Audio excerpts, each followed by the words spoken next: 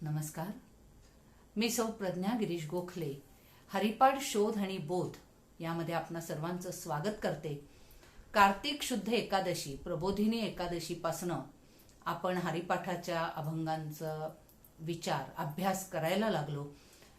जशी आषाढीची वारी मानसवारी म्हणून आपण केली, एक एक टप्पा वारीचा पाहिला, तसं ह्या कार्तिकी वारीच्या निमित्तानं आपण हरिपाठाचा अभ्यास केला.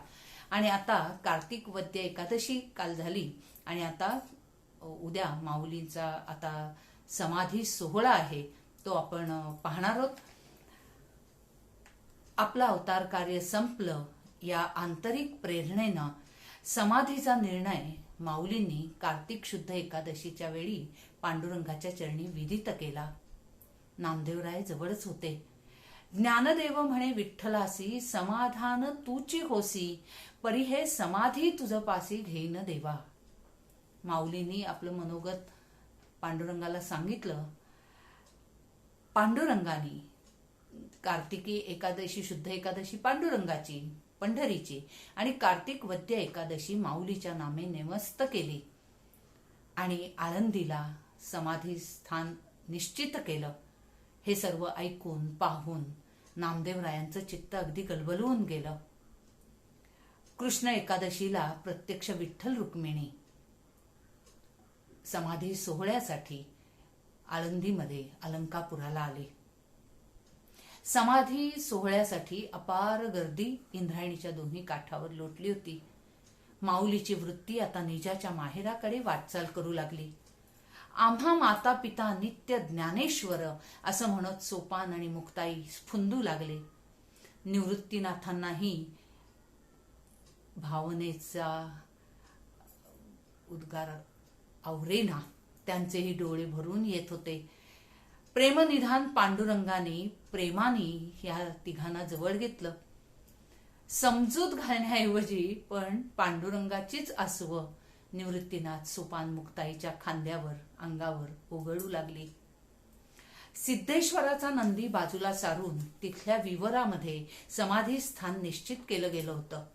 नामदेवरायांचे 4 मुलगे नारा, विठा, गोंदा आणि महादा यांनी तुळशी दल, बिल्वपत्र, दर्भ, फुलं असं सर्व अंथरून ह्याची छान आसन बनवून माऊलीचं समाधी स्थान सुशोभित केलं होतं. बाहेर वैष्णव वारकरी भजनात दंग होते. नाद उमटत होता पण शब्द फुटत नव्हते. निश्चयाने ज्ञानेश्वर माऊली एक एक पाऊल टाकत पुढे निघाली. कार्तिक वद्य एकादशीला आधी माऊलींनी कीर्तन सेवा तिथे केली होती आणि आता मात्र माऊली समाधी स्थानाकडे निश्चयाने निघाले. सगळ्यांना भावना वेग आवरेना. प्रेम कल्लोळ पांडुरंग स्वतःला सावरत म्हणाले, ऐसे आठवाल कोठवर होईल उशीर समाधीस. इतरांशी समजूत घालता घालता पांडुरंगालाच गहिवर येत होता. समजूतदार मुक्ताई एकीकडे मात्र माऊलीला म्हणत होती, म्हणे मुक्ताबाई, सख्या ज्ञानेश्वरा, प्रार्थना करा तुम्ही देवा लागी. तुम्ही देवाची सद्गुरूंची आज्ञा घ्या, प्रार्थना करा, विनंती करा असं मुक्ताईनी मोठ्या आपलं भावनावेग आवरून माऊलींना सांगितलं. माऊली सद्गुरुनाथ निवृत्ती नारायणपाशी आले. पाळिले पोशिले चालविला लळा, बा माझ्या कृपाळा निवृत्ती राजा. स्वामीची या योगे झालो स्वरूपाकार, उतरलो पार माया नदी. साक्षात सद्गुरुनाथांना माऊली म्हणाले की तुम्ही माझा सर्व लाड पुरवले, पाळिले पोशिले चालविला लळा, बा माझ्या कृपाळा निवृत्तीनाथा, आणि तुमच्या कृपेने मी ही माया नदी पार करून निघालोय असं माऊलीने म्हणता क्षणी निवृत्तीनाथांचा बांध फुटला. ते अगदी ढासळले, पण तरी ते म्हणू लागले, सगळ्यांना कौतुक करू लागले भरल्या आवाजाने, दाटल्या गळ्याने, की अमर्यादा कधी केले नाही येणे, शिष्य गुरुपण सिद्धीस नेले. खरोखर माझ्या या ज्ञानाने कधीच अमर्यादा केली नाही. शिष्य गुरुपण हे खरोखर त्यांनी सिद्धी नेले. शिष्य कसा असावा तर ज्ञानोबांसारखा. आणि मग त्यांच्या सगळ्यांच्या भावनांचे बांध फुटले. त्याचं वर्णन हे सर्व नामदेवरायांच्या तीर्थावळीच्या अभंगात आहे. बरं, बांधल्या तळ्याचा फुटलासे पाट, ओघ 12 वाटा मुरडती. बांधल्या पेंडीचा सुटलासे आळा, तृण रानोवाळा भ्रमताती. हरिणी विण खोपी पडियेली ओस, दश दिशा पाडस भ्रमताती. माय बापे आम्हा त्यागी आले जेव्हा, ऐसे संकट तेव्हा आले नाही. निवृत्तीनाथ साक्षात म्हणतायत की आमच्या आई वडील आम्हाला सोडून, मध्यरात्री आम्हाला सोडून, आमच्या अंगावरून हात फिरवून प्रायश्चित्त घ्यायला गेले, तेव्हा सुद्धा खरोखर असं संकट आमच्यावर आलं नाही. पण माऊली धीरगंभीरपणे माऊली समाधी स्थानावर आसनस्थ झाले. पुढ्यात ज्ञानेश्वरी ठेवली. देव आणि सद्गुरूंना वंदन केलं. ज्ञानदेव म्हणे सुखी केले देवा, पाद पद्मी ठेवा निरंतर. 3 वेळा त्रिवार वंदन करून माऊलींनी एक श्वास घेतला आणि नेत्र झाकले. निवृत्तीनाथांनी जड अंतःकरणाने शिळा ठेवून समाधीचं दार बंद केलं. पांडुरंगाच्या खांद्यावर डोकं टेकलं. पांडुरंगाने रुक्मिणीजवळ स्तुती केली माऊलीची. देवो म्हणे रुक्मिणी हा एकची योगी देखियला नयनी, हेची ज्ञान संजीवनी जाण त्रैलोक्यासी. खरोखर हा एकच योगी आणि ह्याचं ज्ञान त्रैलोक्यात दुसऱ्याकडे कोणाकडे नाही. हा एकमेव ज्ञानी योगी. जो करील याची यात्रा, तो तारील सकळ गोत्रा. सकळ ही कुळे पवित्रा, जयाचेनी दर्शने होती. पांडुरंगाने पुढल्या आपल्या सर्वांसाठी हे सांगून ठेवलं की जो कोणी ह्याची यात्रा अलंकापुरीस जाईल, त्याचं दर्शन घेईल माऊलींचं, त्याचं सर्व गोत्र तरेल, सकळ कुळ पवित्र होईल केवळ माऊलीच्या दर्शनाने. अलंकापुरी हे शिवपीठ आहे, ब्रह्मादिकांचं तपस्थान आहे, नीलकंठाचं वसतिस्थान आहे. इंद्रायणी नदीची पंचक्रोशी ही इंद्राच्या यज्ञयागाची भूमी आहे. इथे त्रिवेणी गुप्त आहे, इथे भागीरथीचं वसतिस्थान आहे, इथे साक्षात पार्वतीचं वास्तव्य आहे. सर्व देव इथल्या वृक्षांवरचे पक्षी होऊन राहत आहेत आणि आपल्या किलबिलाटाने स्तुती गातायत. खरोखर पंढरीहून हे स्थान इतकं सोपं सहज आहे आपल्याला पारमार्थिक उन्नती होऊन करायला. बघा, कार्तिक वद्य त्रयोदशीला माऊलींनी समाधी घेतली. त्यानंतर मार्गशीर्ष वद्य त्रयोदशीला सासवड इथे सोपान काकांनी समाधी घेतली. वैशाख वद्य दशमीला मुक्ताईनगरला मुक्ताई त्या विजेच्या लोळामध्ये वीजच होऊन ठाकली. आणि मग नंतर पुढे ज्येष्ठ वद्य द्वादशीला त्र्यंबकेश्वराला, जिथे गुरु अनुग्रह झाला, तिथे निवृत्तीनाथ समाधीस्थ झाले. नामदेवरायांनी म्हटलंय की ज्ञानेश्वर माऊलींनी आधी 108 वेळा योग समाधी घेतली होती, पण हा 109व्यांदा हा जो समाधीचा योग हा मात्र चिरंतन समाधीचा योग आहे. असा हा समाधी सोहळ्याचा सगळा प्रसंग घडला. पण हा सगळा नामदेवरायांच्या अभंगांमुळे आपल्याला ज्ञात झाला आणि माऊलीचं समाधी स्थान जे पुढे दुर्दैवाने काळाच्या ओघात माहीत नाहीसं झालं होतं, अज्ञातात गेलं होतं, ते मात्र पुन्हा आपल्याला कळून आलं. ते श्री एकनाथ बाबांच्या कृपेने. श्री एकनाथांना माऊलींच्या समाधीच्या दर्शनाशी आस लागली. नाथांनी श्रीमद भागवत 11व्या स्कंधावर त्यांनी रचना केली आणि त्यानंतर पंढरपुराचे आल्यावर पंढरपुरात आल्यानंतर त्यांना माऊलीच्या आळंदीस जाण्याची प्रेरणा मिळाली आणि माऊलीच्या आळंदीला एकनाथ महाराज निघाले. अकस्मात एकनाथांचा घसा सुजून दुखू लागला. काही कळेना काय झालंय. आणि मग माऊलीने स्वप्न दृष्टांत दिला की अरे बाबा नाथा, अजान वृक्षाची मुळी गळ्याला टोचतेय, ती तू येऊन सोडव. श्री ज्ञानदेवे येऊनी स्वप्नात, सांगितली मात मज लागी. दिव्य तेज पुंज मदनाचा पुतळा, परब्रह्म केवळ बोलत असे. अजान वृक्षाची मुळी कंठास लागली, येऊनी आळंदी काढ वेगे. ऐसे स्वप्न होता आलो अलंकापुरी, तव नदी माझारी देखिले द्वार. एका जनार्दरी पूर्व पुण्य फळले, श्री गुरु भेटले ज्ञानेश्वर. नाथबाबा काय म्हणतात की माऊलींनी खून दिली, स्वप्न दृष्टांत झाला, ते निघाले आळंदीला यायला आणि अजान वृक्षाची मुळी टोचतीये, गळ्याभोवती वेढलीये, ती काढ येऊन. आणि माऊलींनीच मार्ग दाखवला इंद्रायणीमधून, तव नदी माझारी देखील द्वार. इथे नदी मधला न वरचा अनुस्वार थोडासा पाठभेदामुळे नाहीये. नदी माझारी आणि नंदी माझारी देखील द्वार. सिद्धेश्वराचं देवालय, पडकं देऊळ दुरून दिसत होतं. अजान वृक्ष दुरून सळसळ ऐकू येत होती.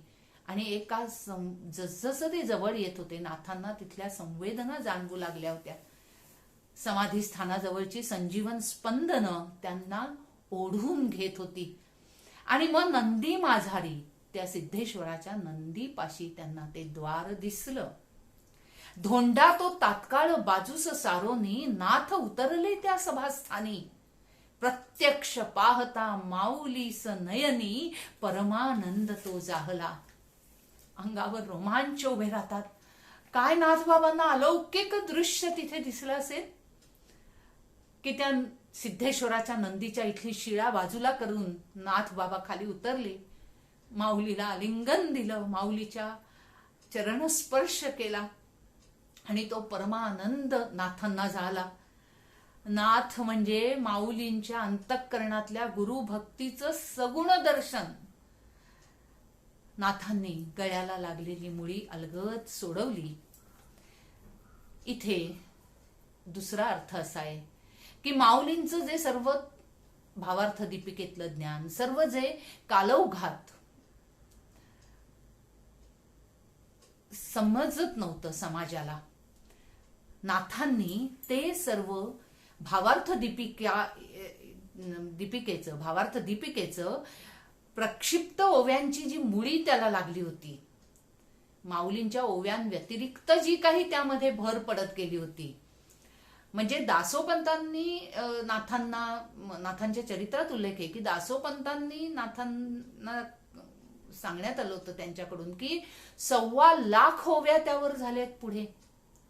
पण मग नाथबाबांनी मात्र ही भावार्थ दीपिका माऊलींची ज्ञानेश्वरीची प्रत प्रतिशुद्ध केली. अर्थातच माऊलीच्या प्रेरणेने आणि आशीर्वादाने.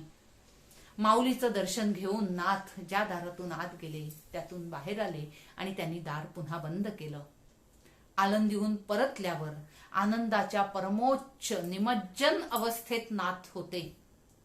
श्री शके 1576 तारण नाम संवत्सरी, एका जनार्दने अत्यादरी गीता ज्ञानेश्वरी प्रतिशुद्ध केली. नाथ म्हणतात, कृपाळू उदार सखा माझा ज्ञानेश्वर, तया नमस्कार वारंवार. ज्ञानाबाई माझी अनाथांची नाथ, एका जनार्दनी पाय वंदित असे. खरोखर नाथांनी ही शुद्ध प्रत आपल्या हातात भावार्थ दीपिकेची दिली. खरं सांगू का माऊलीनो, हे सर्व वाचताना, आज इथे बसून वाचताना, एरवी आळंदीत समाधी सोहळा अनुभवायला असतो, पण हा सगळा मानस सोहळा आहे ना का. पण तरी पण मनाने जेव्हा आपण तिथे जातो, खरं सांगू का पोचलोच होत आपण. बघा बघा बघा ते आळंदीचं ज्ञानेश्वर महाराजांचं म्हणजे सिद्धेश्वराचं मंदिर, ज्ञानेश्वर महाराजांचं समाधी मंदिर, दुरून तो कळस दिसतोय, जो कळस ज्येष्ठ वद्य अष्टमीला हलतो. आणि कळस हल्ला की माऊली निघाले खांद्यावर पताका घेऊन पंढरीला, पांडुरंगाला भेटायला. अशा श्रद्धेने पंढरीची पायवारी प्रस्थान त्या दिवशी होत असतं. बघा बघा तो कळस दुरून दिसतोय. आपण ह्या आळंदीच्या समाधी मंदिराच्या महाद्वारातून आत शिरूया. आज शिरलो की उजवीकडे तो सुवर्ण पिंपळ कसा सळसळतोय. सुवर्ण पिंपळाकडे पाहताना आकाशात उंच गेलेल्या त्या पिंपळ वृक्षाची पानं सळसळती पाहताना आठवतात माऊलीच्या मातोश्री, ज्यांनी 1.25 लाख प्रदक्षिणा ह्या सुवर्ण पिंपळाला घातल्या. आपणही पिंपळ वृक्षाला प्रदक्षिणा घालू. आणि मग पुढे इकडे डाव्या बाजूस येताना डावीकडे दिसतं ते हैबत बाबांची समाधी. बघा, हैबत बाबांपासून पुन्हा एकदा सांगते की नाथांनी प्रतिशुद्ध केली, पण पुन्हा एकदा परकीय आक्रमणाच्या याच्यात कालौघात पुन्हा हेही सगळं समाजापासून विस्मरणात गेलं आणि पुन्हा माऊलीची पायीवारीची प्रथा सुरू झाली. आजची जी प्रथा सुरू झाली ती सुरू झाली ती हैबत बाबा आरफाळकरांपासून. आणि मग त्या हैबत बाबांचं डावीकडे आहेत. हैबत बाबा माऊलीच्या समाधीकडे बघत ज्ञानेश्वरी लिहित बसायचे. दर्शनाला येणाऱ्या भाविकांचा मध्ये मध्ये व्यत्यय यायचा म्हणून हैबत बाबा तिथे ना एक आरसा बसवलाय. त्या आरशामध्ये माऊलीच्या समाधी मंदिराचा कळस दिसतो.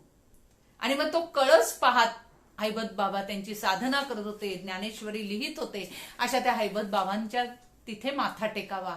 आणि मग पुढे आलो, सरकलो की आहे तो अजान वृक्ष, ज्याच्या मुळ्या टोचतात म्हणून माऊलींनी नाथांना स्वप्न दृष्टांत दिला. तिथेच तो संपूर्ण माहितीचा फलकही लावलेला आहे. त्या अजान वृक्षाच्या चरणी माथा, तिथे वृक्षतळी माथा टेकून थोडं पुढे होऊया, कारण आधी प्रदक्षिणा करायची मग आत जायचंय समाधीच्या इथे. आणि मग पुढे जाऊन वळसा घेऊन आलो की आपल्याला सिद्धेश्वराच्या मंदिरापाशी येतो आपण. आणि मग तिथे सिद्धेश्वराच्या मंदिरापाशी तिथे छोटंसं डावीकडे आदिशक्तीचं मंदिर आहे छोटंसं. आणि मग नंदी सिद्धेश्वराचा, खरोखर त्या नंदीला स्पर्श करताना ना इतकं भावविभोर व्हायला होतं की काय करत असतील माऊली आतमध्ये आता. आणि मग त्या नंदीच्या तिथे माथा टेकून सिद्धेश्वराचं दर्शन घ्यावं. सिद्धेश्वराचं दर्शन घेऊन बाजूला बाहेर पडून त्या बाजूनी येताना अजान बाग बघावी. ज्या अजान बागेत आजही ज्ञानेश्वरी पारायण करायला लोक बसलेले असतात. तिथे गुलाबराव महाराजांसारख्या त्यांच्या संप्रदायातले म्हणजे कित्येक अंध सुद्धा ज्ञानेश्वरीवर पोट फिरत असतात, पण त्यांना ती मुखोद्गत असते. आणि अशी तिथे पारायण चालू असतात. तिथे माथा टेकूया अजान बागेत. आणि मग पुन्हा एकदा त्या सुवर्ण पिंपळाशी सगळा वळसा घालून आपण आलो. आणि मग सुवर्ण पिंपळाला पुन्हा एकदा प्रदक्षिणा घालून माऊलीच्या समाधीच्या इथे आत मंडपात प्रवेश करावा. खरंच सांगते, माऊलीच्या त्या समाधीला असं गोंजारावं, गाल टेकावेत माऊलींच्या समाधीच्या स्थानी. आणि मला तर वाटतं तिथे ना असं आपण ना आपले राहत नाही, असं पीस व्हावं देहाचं, असा हलका देह होतो. आणि मग त्या सर्व गाभाऱ्यातून त्या तिथे जणू काही आपल्याला वाटतं की माऊली आता सुद्धा विरहिण्याच गात बसलेत का.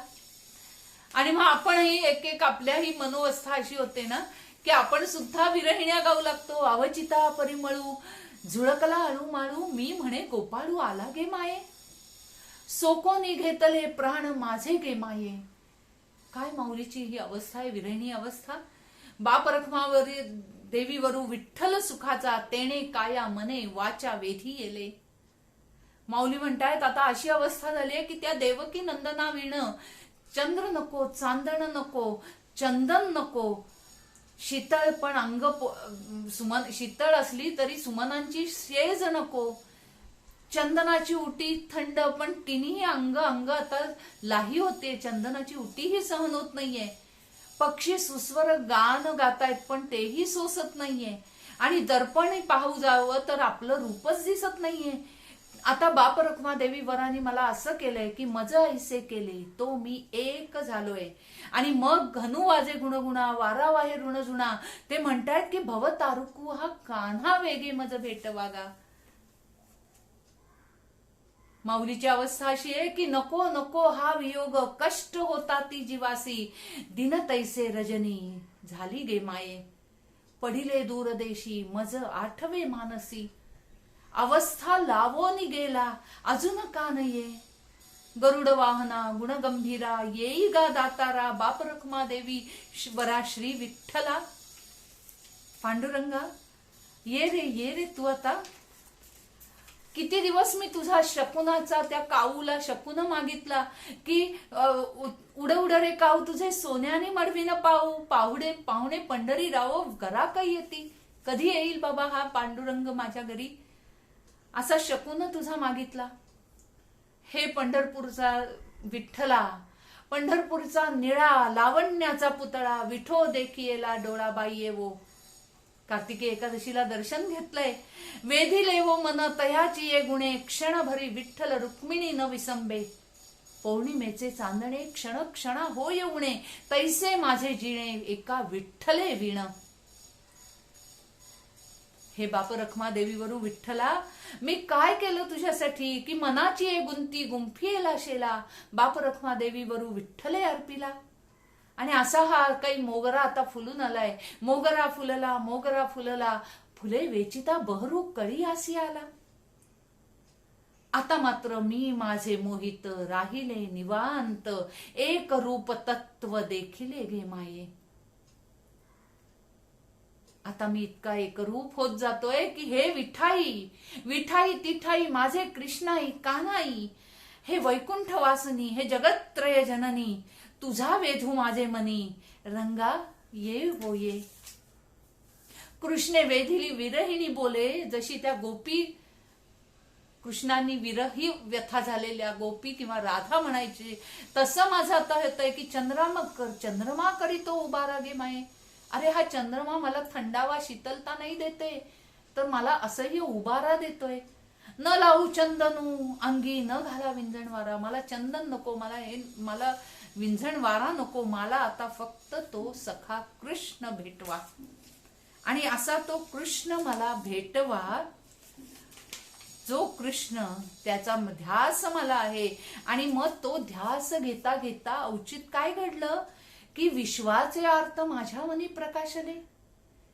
सद्गुरूंच्या कृपेनी काय घडत गेलं की अवघे झाले देह ब्रह्म, आवडीचे वल्लभ माझे नी कोंदाटले, नवल देखिले नभाकार गे माये. बाप रखमा देवीवरू सहज निटू झाला, हृदयी निटावला ब्रह्माकारे. सद्गुरु कृपेनी माझ्या हृदयी आता हा विठ्ठल ब्रह्माकार झालाय.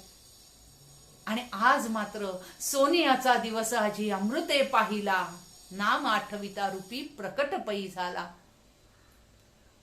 आणू न विसंबे हरी जगत्त्रय जीवना, गोपाळा रे तुझे ध्यान लागो मना.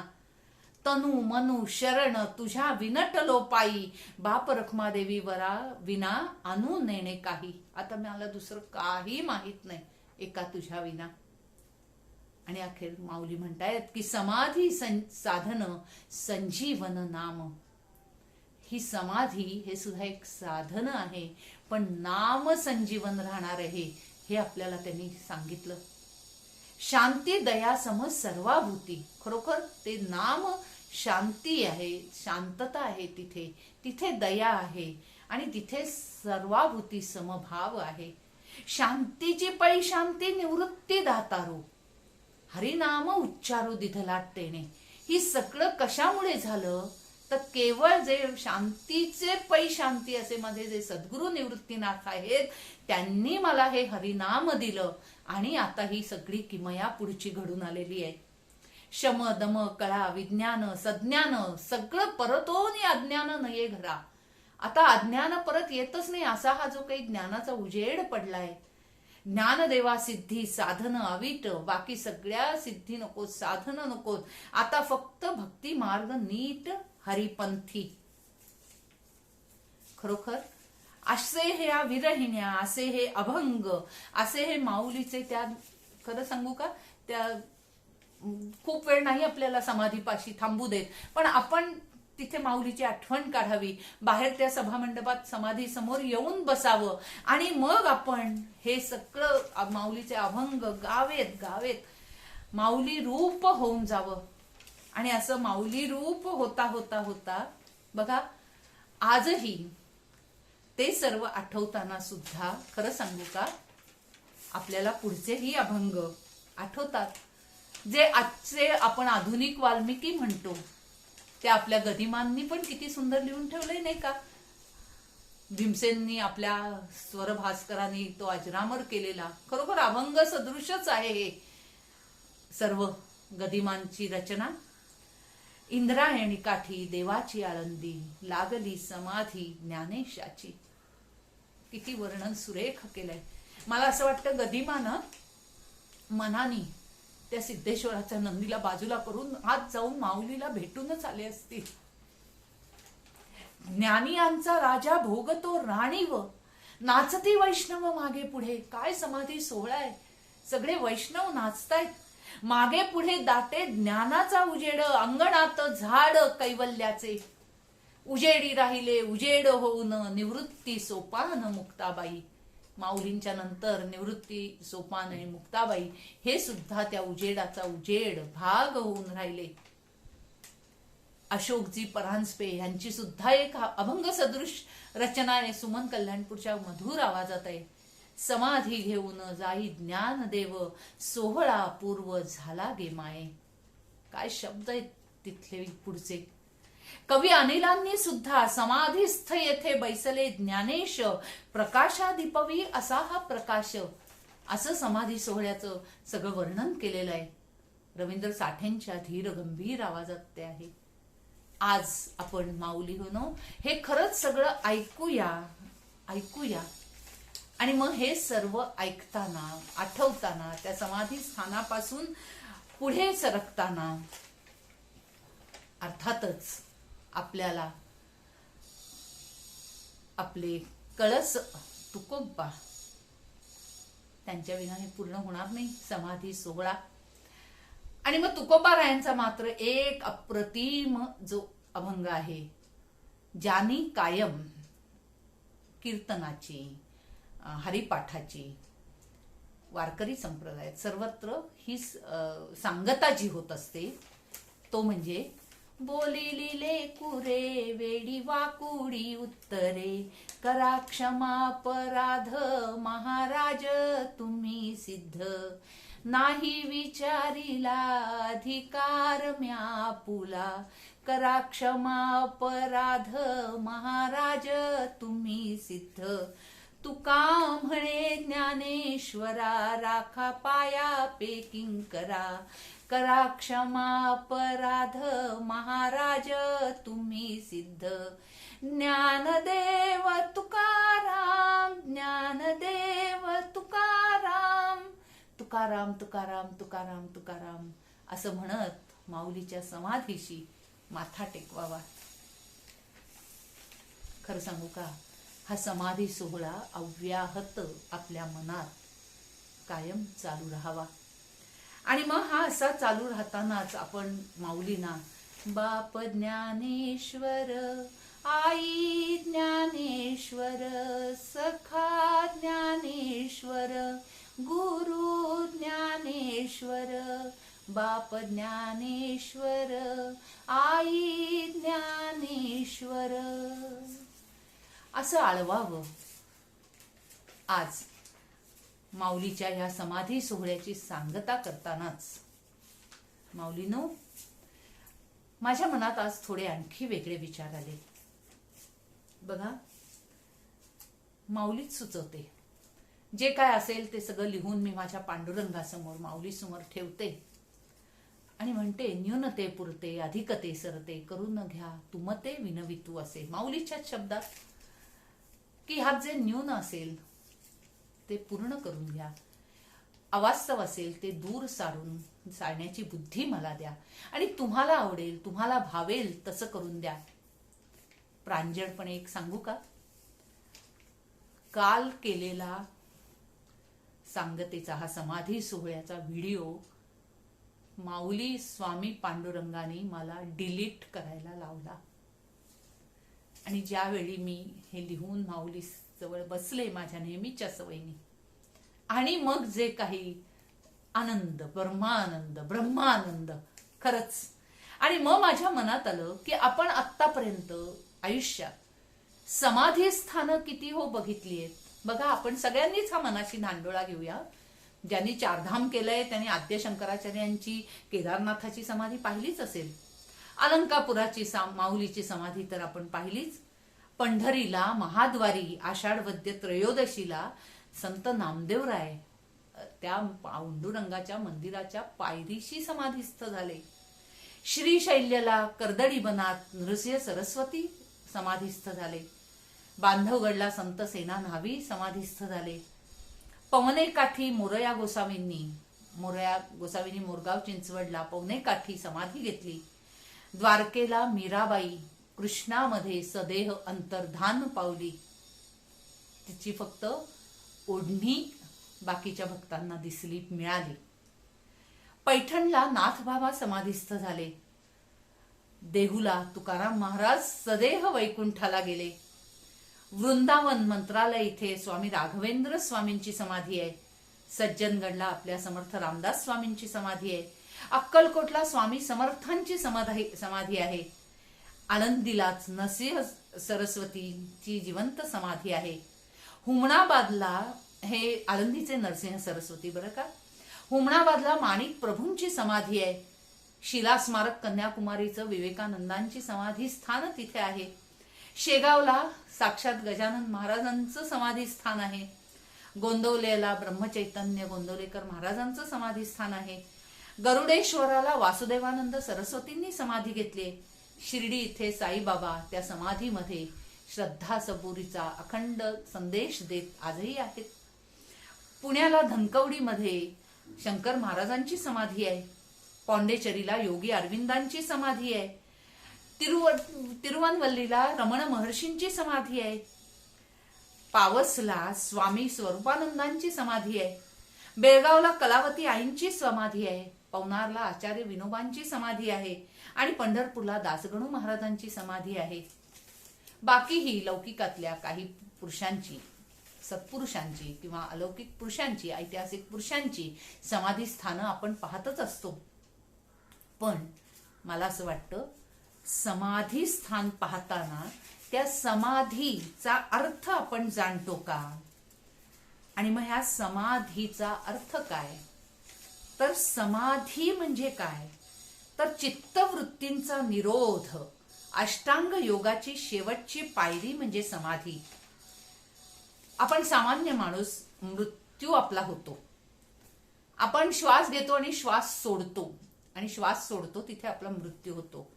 पण योगी जे आहेत ते श्वास घेतात तोच अवरुद्ध करतात, पुन्हा श्वास घेत नाहीत. त्यामुळे त्यांची ती संजीवन समाधी असते, ती तिथे शरीर नष्ट होत नाही. पातंजल योगामध्ये समाधी ही मध्यवर्ती कल्पना वापरली आहे कैवल्य प्राप्तीसाठी. योगामध्ये बहिरंग आणि अंतरंगाची प्रत्येकी 8 अंग आहेत. त्या अंतरंग योगामध्ये धारणा, ध्यान आणि समाधी अवस्था असं म्हटलेलं आहे. धारणेमध्ये चित्त कोणत्या तरी एका भागावर, प्रदेशावर स्थिर करायचं असतं. ध्यानामध्ये त्याच धारणा जिथे केलीये तिथेच चित्ताची एकाग्रता करायची असते. आणि समाधीमध्ये तिथेच एकरूपता साधायची असते. पतंजलीच्या मते सबीज आणि निर्बीज अशी समाधी असते. आणि निर्बीज समाधीमध्ये चित्ताचा विलय